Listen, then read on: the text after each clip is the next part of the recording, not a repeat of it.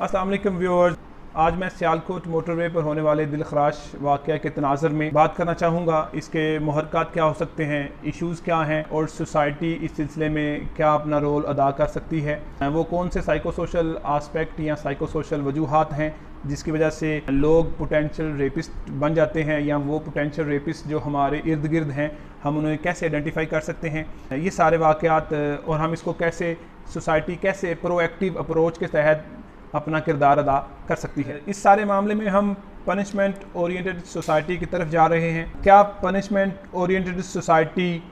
काफ़ी है, या सोसाइटी को एज आ इंडिविजुअल ईच अदर एक दूसरे के डिग्निटी का ख्याल करना चाहिए, और क्या जो पनिशमेंट है या थ्रेट ऑफ पनिशमेंट है ये एक्शन या क्राइम करने से हमें रोक देता है, या सिर्फ ये हमें हुनरमंद बनाता है कि हम कैसे डॉज कर लें, कैसे हम इस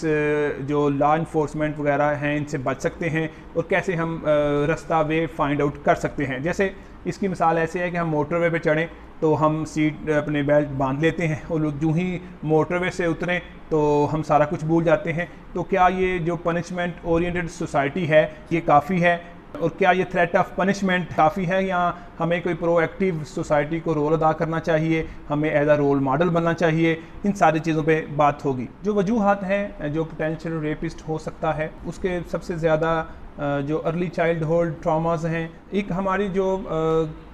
कॉग्निटिव डिसओरिएंटेशंस हैं, जब हम किसी के बारे में कमेंट करते हैं कि वो गर्ल्स ने इस तरह के कपड़े क्यों पहने हुए थे, या वो इस तरह से माहौल में क्यों बाहर निकली, तो ये हमारे माइंडसेट को शो करता है। या वेमेन को हम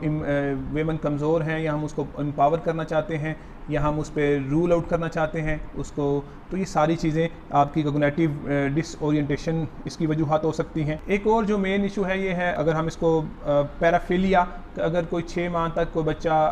एक ऐसे माहौल में परवरिश पाता है, या ऐसे माहौल में उसको रहने का मौका मिलता है जो है कि सेक्सुअली अरोजिंग फैंटेसीज़ हैं बड़ी इंटेंस किस्म की, तो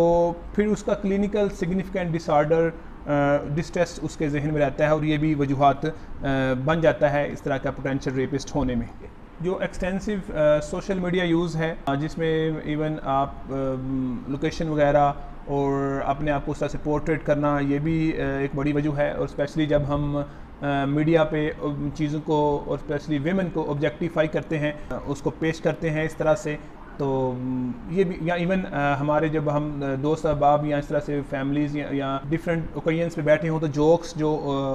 रिलेटेड हैं वीमेन के, औरत के, वो भी एक बड़ी वजह है। थर्ड, जो एक मीडिया पे एक चैनल्स पे हमारा गैर अखलाकी मवाद मैसर है, ये भी एक बड़ा मुहर्रक है इस तरह के केसेस में अपना पूरा किरदार अदा करता है।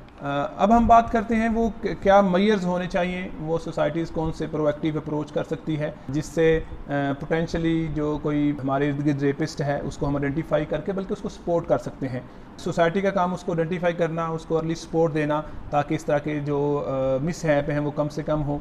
इसके लिए सबसे पहले तो जो विक्टिम ब्लेमिंग जो माइंडसेट है वो हमें ख़त्म करना पड़ेगा। ये उसका फॉल्ट था, अगर वो उसने इस तरह से कपड़े पहने हुए थे इस जगह पे चले गया, तो ये इस माइंडसेट को ब्लेमिंग जो है इसको ख़त्म करना होगा। दूसरा, एज आ सोसाइटी हमें अपने इर्द गिर्द जहाँ तक हो हमें सपोर्ट मुहैया करनी चाहिए, गाइडेंस काउंसलिंग जो इन फैमिलीज़ जो इन बच्चों के साथ है, अगर वो अर्ली चाइल्डहुड में हम आइडेंटिफाई करके उनको सपोर्ट, गाइडेंस या थेरापीज़ या किसी माहिर मुआलज के पास उसको लेके जा सकें, तो वो फ्यूचर में बड़ा होके इस तरह के वाक़यात को मुर्तकब नहीं होंगे। एक और जो मिथ है, अमूमन ये कहा जाता है कि जो रेपिस्ट हैं दे आर स्ट्रेंजर, वो अजनबी होते हैं, लेकिन जो स्टडीज़ हैं, जो मुख्तलिफ स्टडीज़ हैं वो इसको काउंटर करती हैं और इस बात को सपोर्ट करती हैं मोर दैन कि 92% लोग जो रेपिस्ट हैं वो फैमिलियर होते हैं, वो फैमिली के या आपके गिरदोनवा के होते हैं। तो इसलिए यहाँ भी हमें ये बड़ा केयरफुली लोगों के रवैये को देखने की ज़रूरत है। सबसे पहले तो चेंज योर ओन बिलीव्स,